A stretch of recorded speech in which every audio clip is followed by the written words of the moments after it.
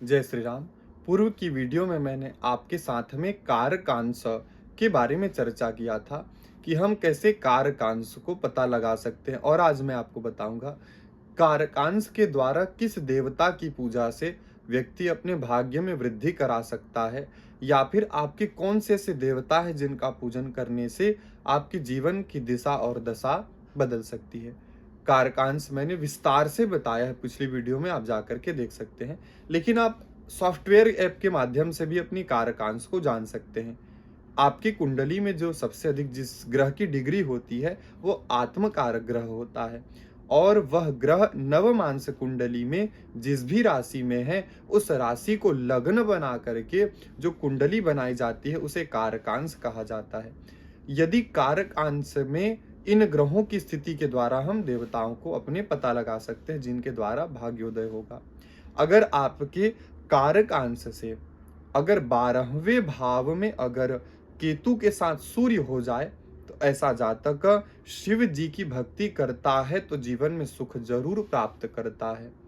अगर आपके कारकांश में द्वादश 12वें भाव में अगर चंद्रमा हो या फिर चंद्रमा ना हो तो केतु भी हो, तो जातक गौरी मैया माता पार्वती की पूजा करके जीवन में सब कुछ प्राप्त कर सकता है। अगर शुक्र हो 12वें भाव में, आपके कारक अंश के 12वें भाव में अगर शुक्र हो जाए तो माता लक्ष्मी जी का पूजन जरूर करना चाहिए। यदि मंगल हो तो कार्तिकेय का पूजन जरूर करना चाहिए। यहाँ विषय 12वें भाव का है। आपके कारक अंश के 12वें भाव में यदि यह जो है ग्रह हो जाए तो, अगर हमने बताया कि मंगल हो तो भगवान कार्तिकेय का पूजन जरूर करना चाहिए। अगर 12वें में बुध और शनि हो तो विष्णु जी का भक्त जातक को होना चाहिए।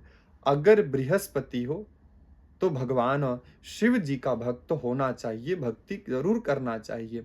यदि राहु हो तो माता काली, छिन्नमस्ता, रक्त दंतिका का पूजन, देवी दुर्गा का पूजन करना चाहिए। अगर साथ ही साथ कहा गया है कि जितनी भी यक्षिणी आदि का राहु जो है इनसे संबंधित है, तो यक्षिणी आदि क्षुद्र देवियों का पूजन करने के लिए पाराशर ऋषि कह रहे हैं। अगर 12वें भाव में अकेला केतु आ जाए तो भगवान कार्तिकेय या गणेश जी का पूजन करना चाहिए। अगर 12वें भाव में शनि आदि पापक ग्रह कारक राशियों में हो तो भैरव और घंटाकर्ण आदि का पूजन करना चाहिए, भक्त होता है। इसी तरह पाप राशि में द्वादशस्थ शुक्र से भी फल प्राप्त होता है। एक प्रश्न आता है कि 12वें भाव में मैंने बताया कि यदि ये ग्रह हैं आपके कारक अंश के तो इस देवता की पूजा करना चाहिए। यदि कोई भी ग्रह नहीं है तो हमें क्या करना चाहिए कि 12वें भाव में जिस भी ग्रह की दृष्टि पड़ रही है, उस ग्रह की दृष्टि जिस ग्रह की पड़ रही है उस ग्रह के अनुसार, जैसे मैंने बताया, उस ग्रह के अनुसार फिर देवता का पूजा करना चाहिए। अगर दृष्टि भी नहीं पड़ रही है तो 12वें भाव में कोई ना कोई राशि होगी, उस राशि का जो स्वामी कोई ना कोई ग्रह होता है, तो उसके अनुसार जो है हमको पूजन करना चाहिए।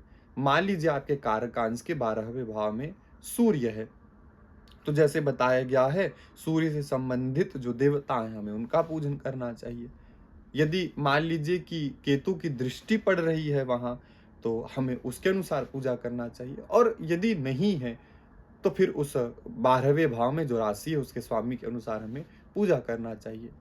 हमें उन देवता के पूजा से, या फिर आप पाएंगे कि हम ना जानकारी होते हुए भी यदि उस देवता की पूजा करते हैं तो हमें तत्काल फल प्राप्त जरूर हो जाता है। आराधना तो हमें सभी देवता की करना चाहिए। इसीलिए हमारे सनातन में कहा जाता है कि कहीं न कहीं हमको नित्य देवताओं की आराधना पूजा करना चाहिए, जिससे हमारे ग्रहों को जागृति प्राप्त होती है, शुभता प्राप्त हो जाती है। जय श्री राम।